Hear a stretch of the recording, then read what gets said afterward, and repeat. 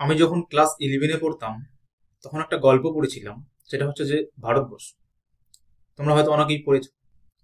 তো সেখানে এরকমটা ছিল যে একজন বৃদ্ধ মহিলা, তার সম্পর্কে সেরকম কোনো তথ্য জানা যায় না, পরিচয়হীন বৃদ্ধ মহিলা, উনি হচ্ছে মৃত অবস্থায় পড়ে থাকেন। তো মৃত অবস্থায় যখন পড়ে থাকেন তখন সেখানকার কিছু হিন্দু লোক এবং কিছু মুসলিম লোক বলছে এই বৃদ্ধা হচ্ছে মুসলিম, আর হিন্দুরা বলছে এই বৃদ্ধা হচ্ছে হিন্দু। তো ওনার যে সৎকারটা হিন্দু রীতিতে করা হবে নাকি মুসলিম রীতিতে করা হবে, এটা নিয়ে একদম ধুমধুমার লেগে যায়। কে মানে কেউ বলতে লাগে এইদিকে নড়াইয়ে তকবীর, কেউ বলতে লাগলো এইদিকে জয় মা কালী, মানে ধুমধুমার অবস্থা। তারপর টুইস্টটা হলো যে লাস্টে দেখা গেল সেই বৃদ্ধ মহিলা এক সময় উঠে সেখান থেকে চলে যাচ্ছে। সবাই অবাক হয়ে গেছে, একদম দেখছে আর কিভাবে এই বৃদ্ধ তো মারা গেছে, কিভাবে উঠে যাচ্ছে।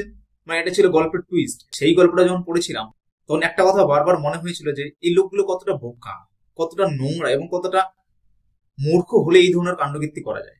কিন্তু আজকে যে এই ধরনের দৃশ্য দেখতে হবে, এই ধরনের দৃশ্য যে সত্যি সত্যি দেখবো, সেটা কখনো ভাবিনি। মানে কতটা নোংরা হলে এই ধরনের রাজনীতি করা যায়।